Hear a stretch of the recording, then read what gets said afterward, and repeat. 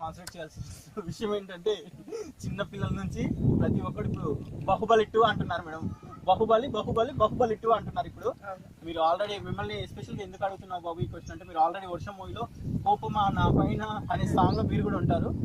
Sets లో అండి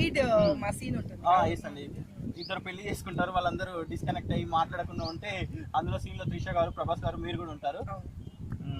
ఒక్కసారి ప్రభాస్ గారి గురించి మరియు బాహుబలి 2 మూవీ గురించి మీ ద్వారా మేము వినాలనుకుంటున్నాం. ఎందుకంటే మీరు ఒక సీనియర్ మోస్ట్ ఆర్టిస్ట్ కాబట్టి మేము రిక్వెస్ట్ చేస్తున్నాం మా ఛానల్ తరఫున, దయచేసి మీరు మాట్లాడండి. ప్రభాస్ గారి గురించి చెప్పాలంటే అసలు నేను వర్షం సినిమా చేసేటప్పుడు నాకు ప్రభాస్ గారు కొంచెం పరిచయం. ఎందుకంటే అందరం ఆర్టిస్టులం కాబట్టి ఒక దగ్గర కూర్చొని మాట్లాడుకునే వాళ్ళం. నేను ఆ బస్లో సీన్లో నేను ఏవిఎస్ గారు వైఫ్ క్యారెక్టర్ చేశాను. నేను రచిత గారు మేమందరం కలిసి చేసాం. ఏవిఎస్ గారు, ఎంఎస్ గారు, మన గుండు హనుమంతరావు గారు, మేమంతా పెద్ద పెద్ద ఆర్టిస్టులు అందరూ. శోభన్ గారు డైరెక్టర్, కొంచెం చనిపోయారు ఆయన. చాలా మంచి ఆయన అసలు నిజంగా చేసాము. మేమంతా చాలా హ్యాపీగా ఉండేవాళ్ళం. ప్రభాస్ గారు కొంచెం తక్కువగా మాట్లాడేవాళ్ళు, సెట్లో ఎక్కువ మాట్లాడేవాళ్ళు. కొంచెం దయచేసి గట్టిగా మాట్లాడండి, ఇలాంటి మంచి విషయాలు గట్టిగా మాట్లాడితే బాగుంటుంది. తప్పకుండా. ప్రభాస్ గారు సెట్ లో కొంచెం తక్కువ మాట్లాడేవాళ్ళు. అంటే నాతో అనే కాదు, అందరితోనూ తక్కువ మాట్లాడేవాళ్ళు. హాయ్ అంటే హాయ్ అలా మాట్లాడేవాళ్ళు. అసలు నిజంగా చాలా మంచి పర్సన్ ప్రభాస్ గారు. త్రిష గారు కూడా అమ్మాయి అప్పుడే తను కూడా ఇండస్ట్రీకి వచ్చింది కాబట్టి తను కూడా ఒక దగ్గర కూర్చునేది, షార్ట్కి పిలిస్తే వచ్చేది. అంత మంచి హీరోని, చాలా హైట్గా ఉండేవాడు. ఈవెన్ నేను కూడా అప్పుడు వర్షం చేసేటప్పుడు నేను కూడా చిన్నదాన్నే కాబట్టి అబ్బా ఇంత చక్కగా హ్యాండ్సమ్గా ఉండేవాడు అనమాట. చాలా హైట్గా, సన్నగా, చాలా బాగుండేవాడు. దాని తర్వాత చాలా సినిమాలు వచ్చాయి ప్రభాస్ గారివి. నేను ఆ సినిమాతోనే నేను ఇంకా వేరే సినిమాలు చేయలేకపోయాను. వేరే హీరో సినిమాలు చేసుకుంటూ దాని తర్వాత ఆస్ట్రేలియా వెళ్ళడం అలా అయిపోయింది. ఆస్ట్రేలియా నుంచి వచ్చిన తర్వాత బాహుబలి ఫస్ట్ రిలీజ్ అయ్యగానే ప్రభాస్ గారిలో చాలా చేంజెస్ వచ్చాయి. అసలు నిజంగా ప్రభాస్ గారు ఇంకొక సినిమా కూడా ఇలా చేసినట్టున్నారు, చేశాను ఏదో చెప్పాను కదా, ఏదో చేశాను. కొన్ని సినిమాలు అసలు మర్చిపోయాను. అది నేను చేసిన తప్పు, నాకు మెమరీ లాస్ అయ్యానో ఏంటో తెలియదు. కానీ నేను చేసిన సినిమాలు కొన్ని మీరు చెప్పే వరకు నాకు సినిమా. సో ప్రభాస్ గారిలో చాలా చేంజ్ వచ్చేసింది. అసలు నేను ఇండియా రాగానే హీరోలలో ప్రభాస్ గారు అంటే ఎంతమంది ఫ్యాన్స్ అంటే యూనివర్సల్ ఫ్యాన్స్. ఈవెన్ ఆస్ట్రేలియాలో కూడా, ఈవెన్ యూకేలో అట్లా మా చుట్టాలు మన న్యూయార్క్లో ఉన్నారు. తర్వాత అందరూ కూడా ప్రభాస్ అసలు బాహుబలి. దాని తర్వాత బాహుబలి సినిమాకి నేను అసలు కొంచెం తక్కువ చూస్తాను మూవీస్ బయటకు వెళ్ళి. బట్ బాహుబలి సినిమా చూశాను పార్ట్ 1. ఇక్కడికి వచ్చిన రిలీజ్ అయింది. మేము అప్పటికి ఇక్కడికి వచ్చేసాము. బాహుబలి చూశాను, అంతా అయిపోయింది. దాని తర్వాత మీ సీరియల్స్ లో వస్తారు కదండి, బాహుబలి 2 మూవీ ఒక్కసారి మీ మాటలో బాహుబలి 2 మూవీ గురించి చెప్తే బాగుంటుంది మేడం. అసలుకి నేను బాహుబలి 2 గురించి చెప్పే అంత పెద్దదాన్ని అసలు నేను కాదేమో అనుకుంటున్నాను. ఎందుకంటే నేను ఆల్రెడీ ఒక 3 స్టెప్స్ ఎక్కగానే ఇండస్ట్రీలో ఆస్ట్రేలియా వెళ్ళిపోయాను. మళ్ళీ నేను రీఎంట్రీ అయ్యాను. ఇప్పుడు నేను ఫస్ట్ స్టెప్లోనే ఉన్నాను. నేను ఇంకా అంత పెద్ద ఆర్టిస్ట్ నేను కాదు, అవ్వాలని నేను కోరుకుంటున్నాను. అబ్బా ఏం సినిమా అండి బాహుబలి 2. బాబోయ్, ప్రభాస్ గారు యాక్టింగ్ కానీ, రాజమౌళి గారి గురించి చెప్పాలంటే, రాజమౌళి గారు నా రాఘవేంద్రరావు గారి దగ్గర వర్క్ చేసినప్పుడు నేను మనోయజ్ఞం అని ఒక సీరియల్ చేశాను రాఘవేంద్రరావు గారిది. సో రాజమౌళి గారు అప్పుడు ఏదో ఒక సీరియల్కి డైరెక్షన్ చేశారు. నేను అప్పుడే కలుద్దామని నేను చాలా అంటే ఎంత ట్రై చేశాను. అప్పటికే నేను టీవీలలో, సినిమాలలో యాక్ట్ చేశాను కాబట్టి నేను వెళ్తే రాజమౌళి గారు మంచిగా మాట్లాడేవాళ్ళేమో.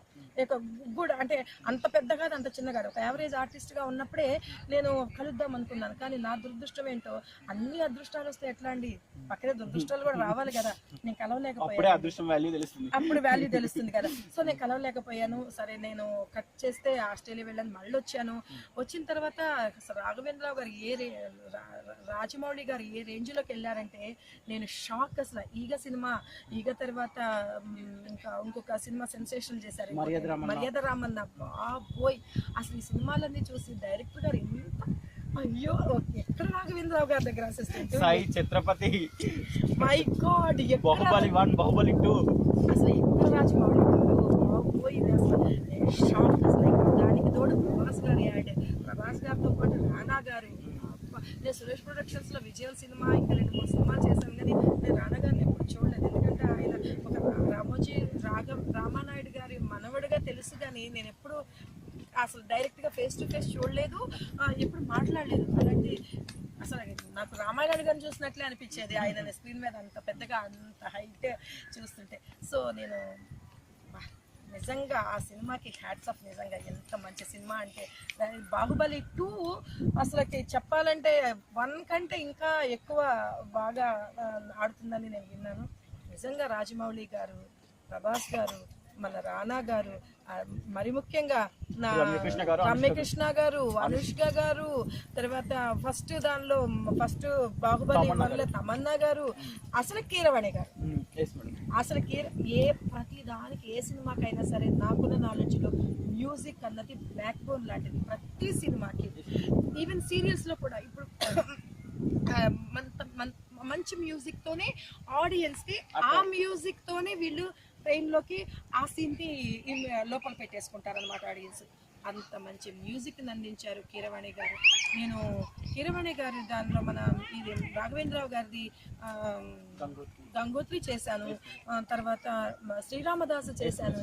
ఏమి మ్యూజిక్ అండి నిజంగా. అవన్నీ ఒక నిజంగా దేవుళ్ళ సినిమాలు అంటే కీరవాణి గారు అంతే. ఇంకా ఆయన పేరు ఆయనే అనమాట.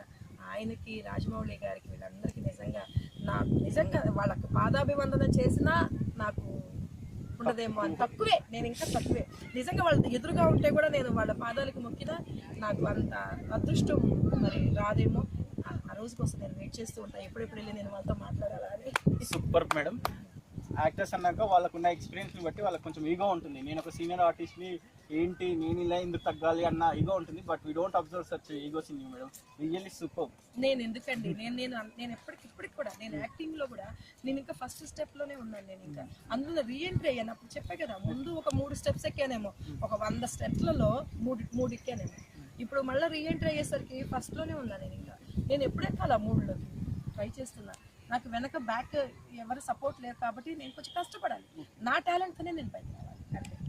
Thank you. మరిన్ని అప్డేట్ తెలుసుకునే ముందు మీరు సబ్స్క్రైబ్ చేసుకోండి shine like a star interviews అండి. Thanks a lot for watching.